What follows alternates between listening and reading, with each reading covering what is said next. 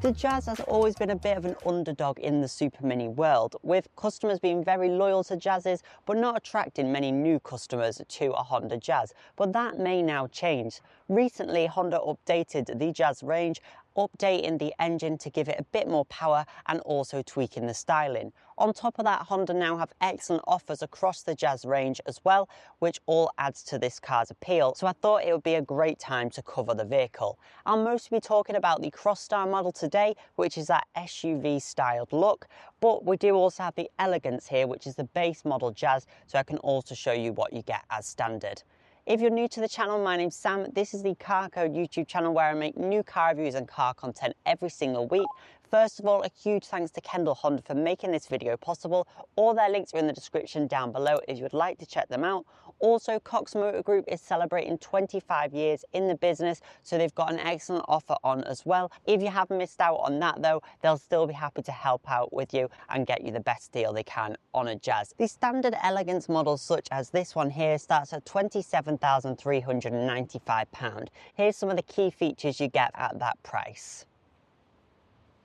So inside the most basic version of the Jazz, it is a little bit more simplistic. So you just have plain grey and black cloth seats, which are comfortable but not heated. You've got some nice trims on the dash. You've still got the 9-inch Honda Connect screen in the middle on all cars, so that's great. It also includes a rear camera regardless of the model you get, and also front and rear sensors, which is excellent. And that wasn't standard on the pre-facelift models. You've also got a leather-wrapped steering wheel on all models. Again, that wasn't standard before, so really nice bits of standard equipment on the vehicle. Of course though, it is at a much higher starting price than what we saw in 2021, 2022 for example, so that's something to bear in mind. You don't get the heated steering wheel though, or the heated seats, and no leather is included on the seats. It's just fully cloth on an Elegance. You get intelligent adaptive cruise control across all cars, all the safety assistance systems like the traffic sign recognition as well, so that is familiar in each car, just not as quite premium or plush, and not as many gadgets and gizmos in an Elegance model. But that's enough about the standard Jazz. Let's talk about the Crosstar, because I'm sure it's going to be the star of the show.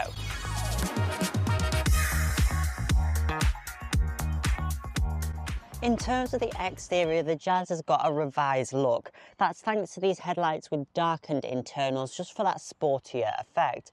You've got this chunky grille on the Crosstar, as you did before. It's slightly different though, a bit more impactful. All cars have got a much better grille up here now than they used to. It used to be quite thin, and it made this top section look quite bulbous and not very elegant, so it's a welcome change. They all look much sportier up here, regardless of the trim you go for. Down here at the bumper, you've got this silver trim on a Crosstar for that chunkier SUV look. It's slightly different depending on the trim you go for. There's also the new advanced sport trim as well on the facelift, which has a sportier look on the outside, some different wheels, and also this is all gloss black down here, which actually looks really good. They've done a great job with the design. The facelift has definitely added some welcome changes. It looks a lot more attractive. A few more changes were made to the Crosstar model with the gloss black door handles.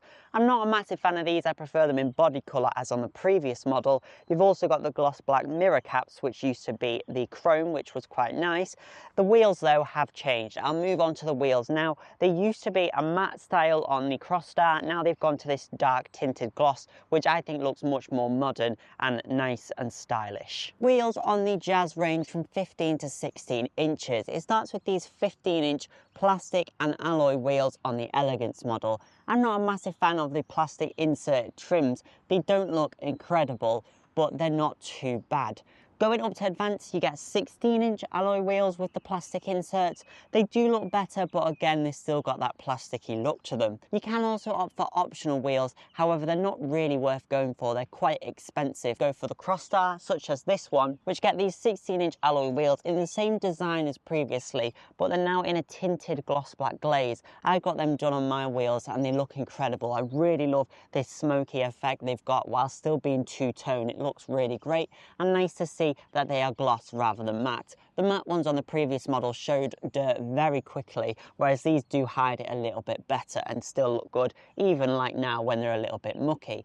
Going up to Advanced Sport, you've also got 16-inch alloys, but they are a little bit more sporty. Again, they're a diamond cut look. I really like the look of those wheels as well. To the rear of the Jazz, less changes have been made. It looks very similar. You've still got these nice LED tail lights, so it looks good. The one difference is you can see the exhaust, which I really like. It looks great. Also on Advance and above, you get the rear tinted windows. You also get the heated steering wheel, the heated front seats, Garmin navigation, the keyless entry, as well as power folding door mirrors. So most people are going to go for advanced spec and above. Of course, it's a little bit more than an Elegance, but it's definitely worth going for in my opinion. As for colours on the Jazz, it all depends on which trim you go for. Each trim gives you a total of 4 different exterior colour options, so it makes it all quite easy. Starting with the standard colour across the Jazz range, it's crystal black. That works very well, especially with the Crosstar, as it's got the black door handles, which I'm not a big fan of contrasting with the car. Going up to optional paintworks, they start at £625. On Elegance and Advance, your optional paintwork is the midnight blue beam, which we saw on the Elegance previously. It's a nice dark blue, almost black though, so not sure if it's worth going for it. I do prefer it to a pure black car, but it's £625. Also on Elegance and Advance, you've got 2 premium paintwork options. That's premium crystal red and also premium sunlight white. Premium sunlight white is quite a special white with hints of yellow and blue in it. That's £950, and premium crystal red is also £950. So not a cheap paintwork at all. Moving up to your Crosstar model, again as standard, it's in crystal black. This is your optional paintwork Fjord Mist, which is £625. The flagship colour for the Crosstar, a nice metallic light blue. It used to be called Surf Blue, and it was slightly different on the pre-facelift, a solid colour and a bit more intense, but this is quite a nice colour. I do like it on the car. There is also 2 premium colours available on the Crosstar, with premium sunlight white and also your premium crystal red.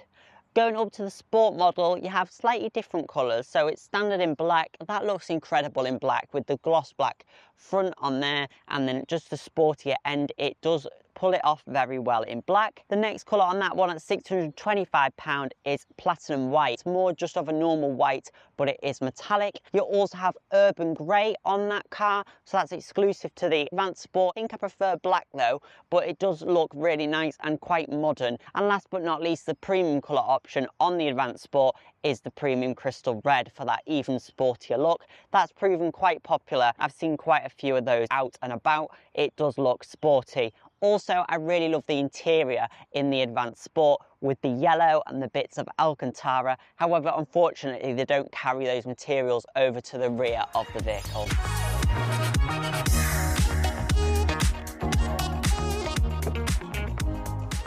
And how about the interior of the Crosstar? Well, you've got these nice seats. These are darker than on the pre-facelift, so they do look a lot more premium. They looked a bit cheaper in the pre-facelift. They're a water-repellent fabric, and then you've got synthetic leather inserts, which has kind of got a bronzy, silvery shimmer to them, so that's nice. It adds a bit of pizzazz to the car. Other than that, it is quite bland in here. The buttons are white, they're physical buttons, and they don't actually get dirty that much over time, so that's good. It's overall quite nice. I do like the 3-spoke steering wheel you get on the Advanced Sport more, for that more sporty look, rather than this 2-spoke wheel, which is actually very similar, this steering wheel, to the one you get on the facelifted Ford Puma, a car that you can get a very similar cost to this. If you want to watch my full video on the updated Puma, click up there. This 9-inch Honda Connect screen, which faces slightly away from the driver, is a little bit annoying, but you do get used to it. All these physical controls are incredibly easy to use. It means you don't have to keep your eyes off the road at all, so that's great. You've got built-in Garmin navigation, which is generally quite good, but you do also have wireless Apple CarPlay and wired Android Auto. So it's not wireless Android Auto, but the CarPlay is wireless, which is a really nice feature, and it is a very quick responding screen. It is one of the best in the business. Nice screen. Is a bit annoying, it's facing slightly away from the driver, but it's not a big issue. You've got all your shortcuts as well here to your favourites. You can also configure that how you want, so you could put Apple CarPlay down here at the bottom, and etc. So it's quite useful and it's quite user-friendly all in all as well. And pop it into reverse, you can see the rear camera comes up. All cars have got that now as standard, which is great. You've also got the front and rear sensors, which are very good. You can view those at the same time as the camera should you wish. You have this 7-inch digital dials, which sounds small compared to competitors, but it's perfectly fine of what you need. You've got the speed always there, and you can configure this display down here. I normally leave it on the fuel. This bar gives you your live miles per gallon and your trip, but you can have it on different displays, for example, to show you music, your navigation, radio. As you can see, it's in EV mode now. It shows that green EV where it can. This is your fuel gauge, and then you've got your battery gauge on there. That constantly goes up and down as you drive along the battery gauge, so you don't need to worry about it. This dash does feel a little bit cheap. It's all flat though, so that's nice, and you have a cup holder on each side of the vehicle. These very thin pillars help your visibility massively, so it's not a bad place to be. It would be nice to have a bit more of a pop of colour that we see from some rivals inside the cabin. Everywhere you touch is nice, and it's all screwed together really well, so that's good.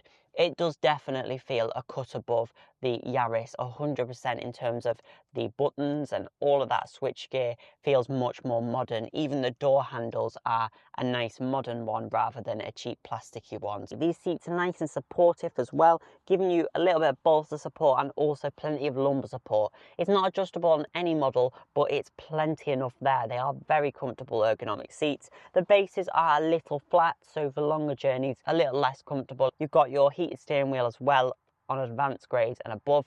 Unfortunately though, the premium surround sound system has gone now, which was standard on the previous Crosstar, and I really like that. It was such a good bassy sound system on the car, but you can't unfortunately get that on any trim of the Jazz currently.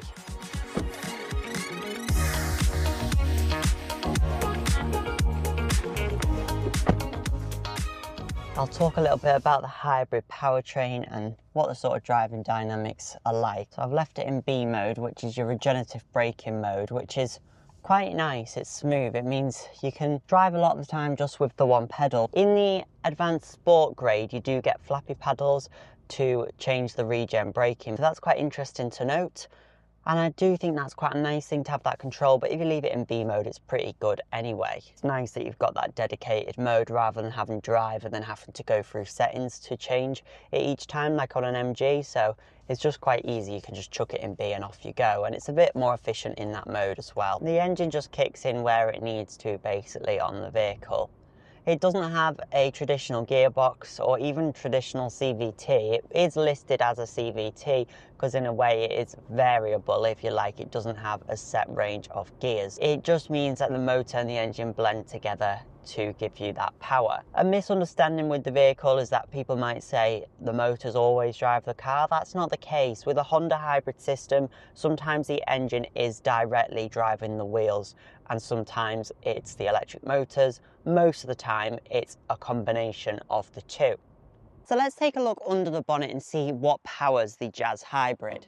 It's pretty similar to what was on the pre-facelift. In fact, it's the same engine, but slightly different to have a little bit more power. It's now got 120 PS rather than 107 on the pre-facelift. However, online it's still listed as 107, so it can be a bit confusing figuring it out. However, it has 253 Newton meters of maximum torque from the electric motors, so it is very torquey and ready to go, which is a great thing that we see from a lot of hybrid vehicles.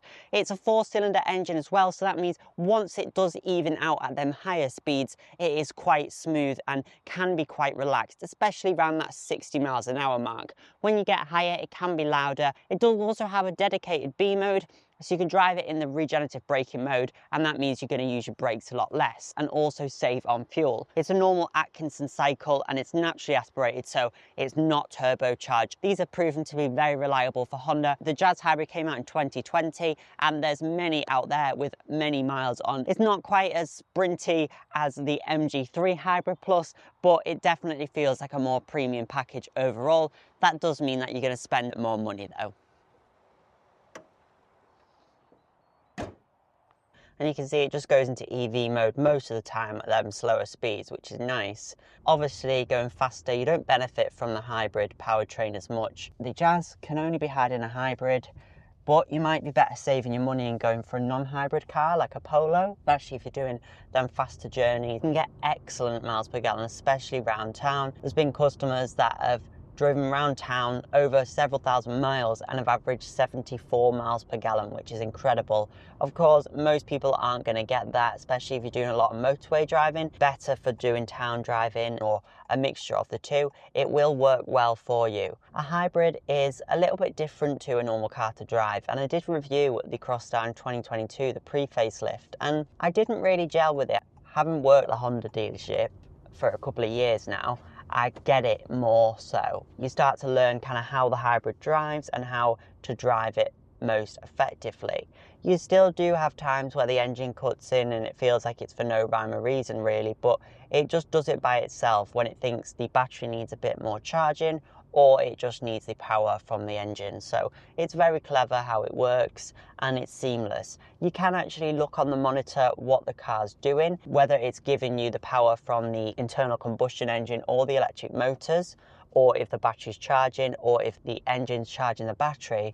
But honestly, you could look at that for curiosity, but there's not much you can do about it anyway, so there's not a lot of point of looking at it. But if you are interested in what the car's doing at that point, especially when you first get the car, so you can understand a little bit more what each noise kind of means, then you can have a look at that. This round town especially is very consistent, most of the time being EV mode, as we've been now for a good while. Being a self-charging hybrid, it doesn't have an electric only range as such, so it just charges up its own batteries as you go along. That all combines just for better miles per gallon, and that's what a hybrid does for you. I reset my trip computer when I left the dealership, so we can keep an eye on that. But over the last 1.2 miles, as I've mostly been in EV, it's reading out 134.8 miles per gallon. Incredibly efficient around town, and then on the motorway you're getting more like 45, 50. So that's how it balances out. Just ease off in B mode and it'll just slow down. It doesn't come to a complete stop, but it's pretty good, and then it allows you just to go back on the gas without pressing the brake at all. It's also got an electronic handbrake, so that's really nice. However, unlike a Toyota, it doesn't come on automatically when you pop the vehicle in park. You have to put it on. You get a really good view out of the Jazz, and I think that's a really great selling point. The A-pillars are the thinnest in the class by far, very thin, and then you've got an A-pillar set further back, which is quite a unique feature. It means you get such a great view. You get a great view out the back as well, much better than the Yaris and the Mazda 2 sibling. You can see everywhere around the car. You feel very safe in the vehicle and you feel like you know exactly what's going on everywhere. You got some large enough mirrors as well. Blind spot monitoring has been affected by part shortages over the last few years, so you don't always get a blind spot on the vehicle. For example, this Crosstar doesn't have blind spot monitoring on it. They've took it off the specification list in Honda online, so it looks like at the moment you're not getting blind spots on the car, but there is the odd vehicle, brand new one, that does come with them. You don't really know if it's going to have it or not. And all the safety assistance systems do turn themselves on each time you get into the vehicle. They've also got rid of a little shortcut button down here, which you could turn it off easier with. That can be a bit annoying for some people. The lane assist especially gets on people's nerves, but it doesn't really bother me, the lane assist in this car. It's not the strongest. It'll just flash at you and then will occasionally kind of wiggle the steering wheel, but I never feel like it's unsafe or uncontrolled at all. And over cattle grids, stuff like that, the soft suspension's nice. Obviously, being the Crosstar, you're a few millimeters higher, and you can still have it look sporty with the Advanced Sport, while still having incredibly smooth suspension because of the 16-inch wheels. They're not mega big. They are quite narrow and the grip on them isn't amazing, and you get less rolling resistance, but it's not quite as stable at the higher speeds or quite as grippy as some other vehicles. Even some of the small SUVs are quite big now, so if you don't want a big car, this is a popular choice because it fits in smaller garages. It's one of the narrowest cars on the market still, whilst offering all the new gadgets and gizmos and excellent hybrid powertrain that you expect from a more modern vehicle. And the turning circle of 10.1 meters is very impressive.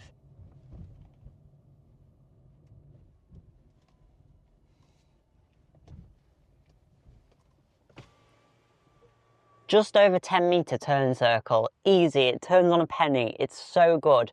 It means in tight spaces you can just easily just whip around, and that's great for towns and cities. And when you put your foot down, it picks up nicely. Right now it's going to 40 and it moves up quite nicely in its range.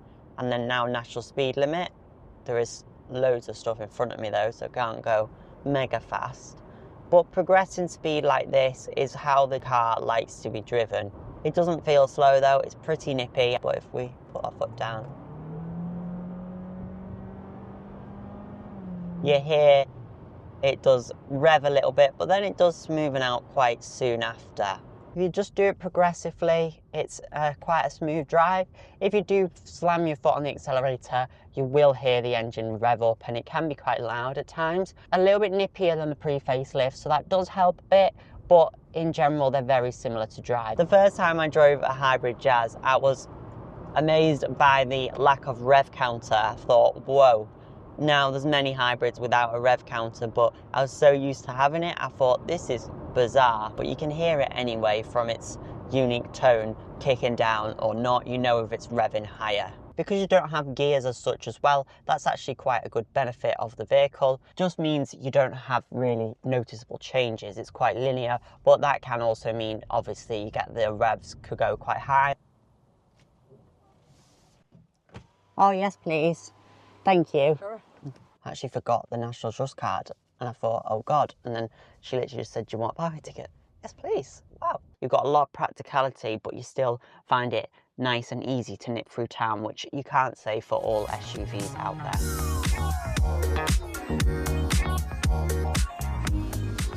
So how about the boot space and practicality on the Jazz Hybrid? Well, you may know that the Jazz is known for being a practical car. So in here you'll find 304 litres of boot space, which might not sound big compared to competitors with the petrol engine, like a Polo with 350 litres or a Clio with 390 litres. But when compared to hybrid competitors, it's pretty much on the money, one of the biggest in the class. It's bigger than the Yaris's 286 litre boot, it's bigger than the 293 litres on the MG3 hybrid, and it's even bigger than the 301 litres on the Clio hybrid. So they've done a great job here. It's a low load lip as well and a pretty flat floor, so that's really impressive, and there's even more storage under here as well. There isn't the option for a spare wheel on any model, but that's quite common now. The Jazz doesn't have an option for an electric tailgate, but you do have this useful handle, making the boot rather easy to shut.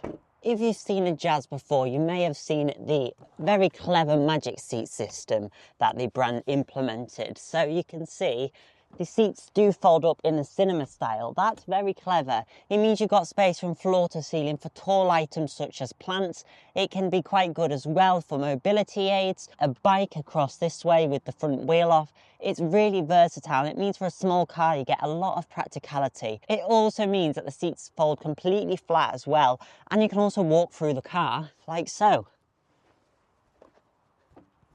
and back. So that's a great practicality feature on the vehicle, and great to see they've still implemented it. The bases of the seats fold into the footwell as well, giving you that completely flat load bay, which is fantastic as well if you're loading in large appliances, for example. You can see from here just how well the seats lie so flat. Now, how about sitting in the back for passengers? Let's take a look at that. These, by the way, flip up really easily. Of course, the double seat's a bit heavier to do. So sitting in the back of the Jazz, well, thanks to the boxy shape, you've got loads of headroom, a lot more space than actually some small SUVs like the Nissan Juke. If you want to watch my video on the latest Nissan Juke hybrid, you can click up there and watch that video. This is my seating position. I've got loads of leg room as well, so it's actually really roomy back here. It's quite impressive. The rear headrests do go up nice and high, so if you've got tall rear passengers, that's a really nice safety feature. Another great safety feature as standard on the Jazz is you've got side airbags in the back, so they've really thought about that as well. They've really made this a solid small vehicle. The middle seat, however, basically a perch. It's not too bad. With this being fabric, it does make it a lot better, When it is in leather, it's a bit harder. It's more for short journeys. It doesn't have a central armrest, but that helps the back comfort of the vehicle. Your ISOFIX points are nice and easily accessible as well. It's 60-40 split on the seats, so more practical than the MG3, which just comes down in one big bench. So there is some nice practical features in the back of here. You've also got 2 USB-C ports down here too, and you've also got pockets on the backs of each seat and a little pocket for your phone up here as well.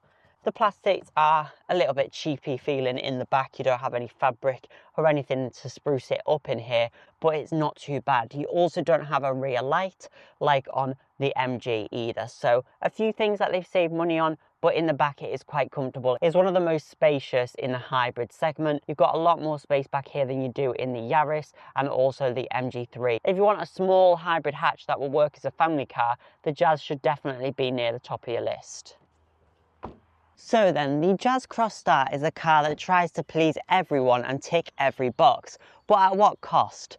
Well, I just said it, it's the cost of the vehicle. It does cost the same as SUV rivals from other manufacturers, and that will put off quite a few customers, the high price. These do hold their value incredibly well though, and they've been proven to be extremely reliable for the first 4 years that these have been around. Also, it has class-leading boot space and practicality with Honda's incredible Magic seats, and especially around town, it's a joy to drive. I think it's a good overall package, and I think it's a car that most people can really jump in and get along with quite easily. The safety assistance systems aren't too intrusive, and everything is kind of ergonomic and where you feel it would need to be. A huge thanks again to Kendall Honda for making this video possible. Check them out in the description down below, and I look forward to seeing you in my next review. I really hope you enjoyed my overview of the Jazz Crosstar.